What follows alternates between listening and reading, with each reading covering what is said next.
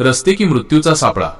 जिंतूर तालुक्यातील साबा विभागाच्या दुर्लक्षामुळे नागरिक आक्रमक, तीव्र आंदोलनाचा इशारा। जिंतूर प्रतिनिधी रामप्रसाद कंठाळे। जिंतूर तालुक्यातील सार्वजनिक बांधकाम विभागाच्या अंतर्गत येणाऱ्या प्रमुख रस्त्यांची अवस्था सध्या अत्यंत दयनीय झाली असून हे रस्ते आता मृत्यूचा सापळा ठरत आहेत। रस्त्यांवरील खड्ड्यांमुळे अपघातांचे प्रमाण वाढले असून नागरिकांच्या जीविताला मोठा धोका निर्माण झाला आहे। या रस्त्यांची तात्काळ दुरुस्ती न झाल्यास लोकशाही मार्गाने तीव्र आंदोलन छेडण्याचा इशारा तालुक्यातील विविध गावांतील नागरिकांनी दिला आहे।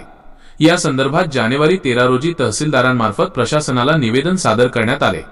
दयनीय अवस्था आणि आरोग्याचा प्रश्न। निवेदनानुसार जिंतूर येलदरी मानकेश्वर वझर केहाळ फाटा केहाळ आणि येलदरी इटोली हे रस्ते पूर्णपणे उखडले असून ठिकठिकाणी मोठमोठे खड्डे पडले आहेत। याचा सर्वाधिक फटका रुग्ण, गर्भवती महिला आणि वृद्ध नागरिकांना बसत आहे। अनेकदा रुग्णवाहिकाच खड्ड्यांत अडकून पडत असल्याने रुग्णांना वेळेवर उपचार मिळत नाहीत। प्रसूती दरम्यान महिलांची होणारी ओढाताण आणि अपघातातील जखमींना वेळेवर मदत न मिळणे यांमुळे जनसामान्यांत संतापाची लाट आहे। विद्यार्थी व शेतकऱ्यांचे हाल। दैनंदिन प्रवासासाठी या रस्त्यांचा वापर करणाऱ्या शालेय व महाविद्यालयीन विद्यार्थ्यांचे शैक्षणिक नुकसान होत आहे। तसेच शेतकऱ्यांना आपला शेतीमाल बाजारात नेणे कठीण झाले आहे। खराब रस्त्यांमुळे खासगी व शासकीय वाहनांचे वारंवार बिघाड होऊन वाहनधारकांना मोठा आर्थिक फटका सहन करावा लागत आहे।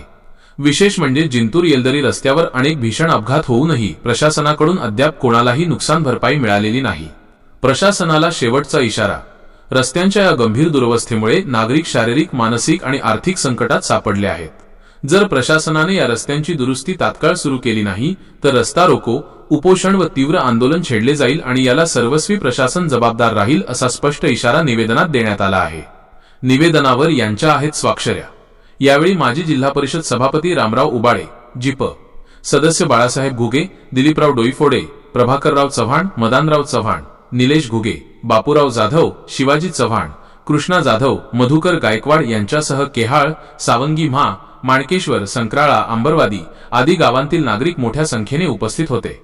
आता या गंभीर इशाऱ्यानंतर तरी कुंभकर्णी झोपेत असलेले सार्वजनिक बांधकाम विभाग जागे होणार का, याकडे संपूर्ण तालुक्याचे लक्ष लागले आहे।